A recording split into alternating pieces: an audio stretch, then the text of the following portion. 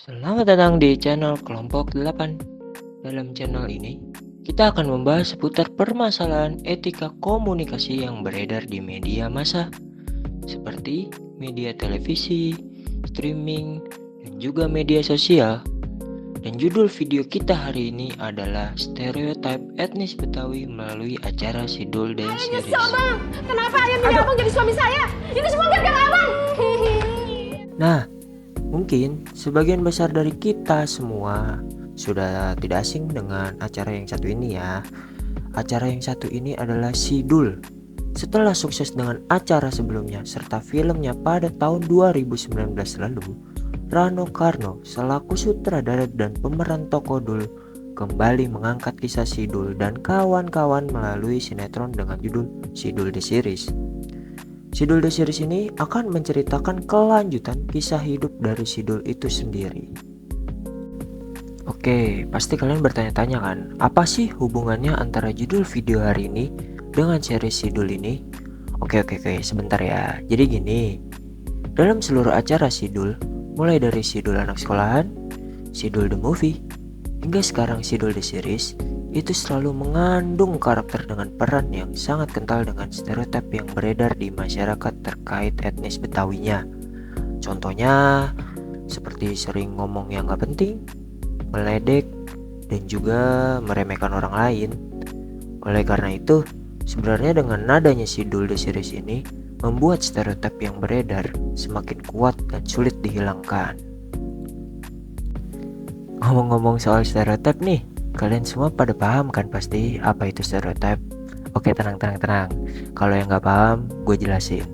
Jadi, menurut para ahli, stereotip adalah suatu bentuk generalisasi atau pandangan umum yang diberikan pada kelompok atau individu berdasarkan atribut atau ciri tertentu.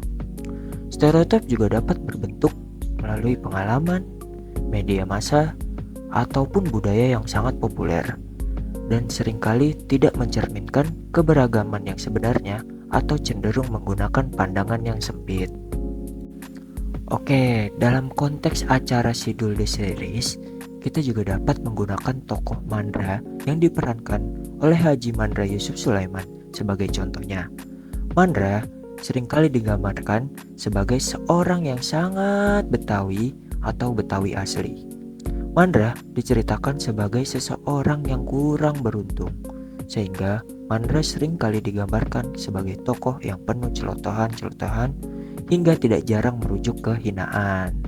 Nah, hal ini yang sangat identik dengan stereotip masyarakat Betawi, di mana biasanya orang-orang menganggap orang Betawi sebagai sosok yang kasar dan suka menghina, seperti halnya Mandra dalam acara Sidul The Series ini.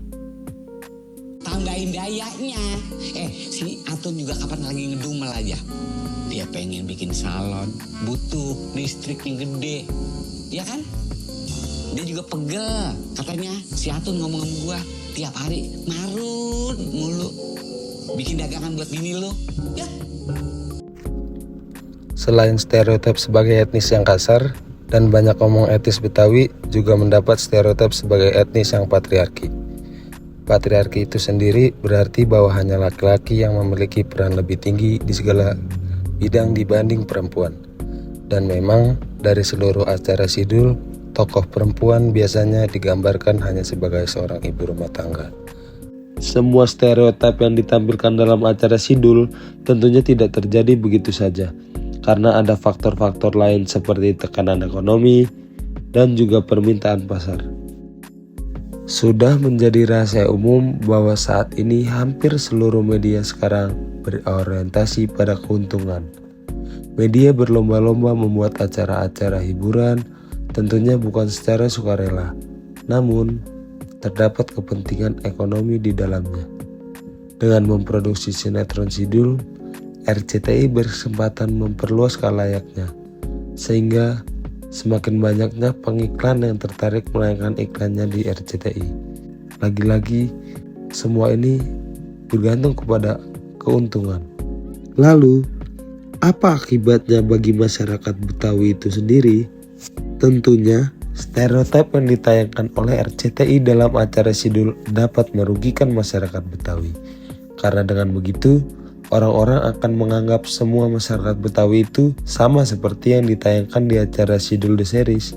Padahal, semua itu hanyalah stereotip yang ditayangkan media untuk mendapatkan keuntungan. Kesadaran dari pihak media sangatlah dibutuhkan. Sudah seharusnya media menayangkan tayangan yang sesuai dengan norma yang berlaku. Media juga harus memikirkan dampak dari semua konten yang diproduksi, tidak hanya berlandaskan kepada kepentingan pribadi, karena belum tentu tayangan-tayangan yang menghibur merupakan tayangan yang edukatif. Di sisi lain, kita sebagai khalayak juga harus memulai aware dengan adanya penyimpangan yang dilakukan oleh media. Kita harus mempunyai batasan-batasan karena pandangan luas dan pemahaman tentang stereotip juga diperlukan untuk menghindari konflik di masyarakat akibat pandangan kita yang terlalu sempit.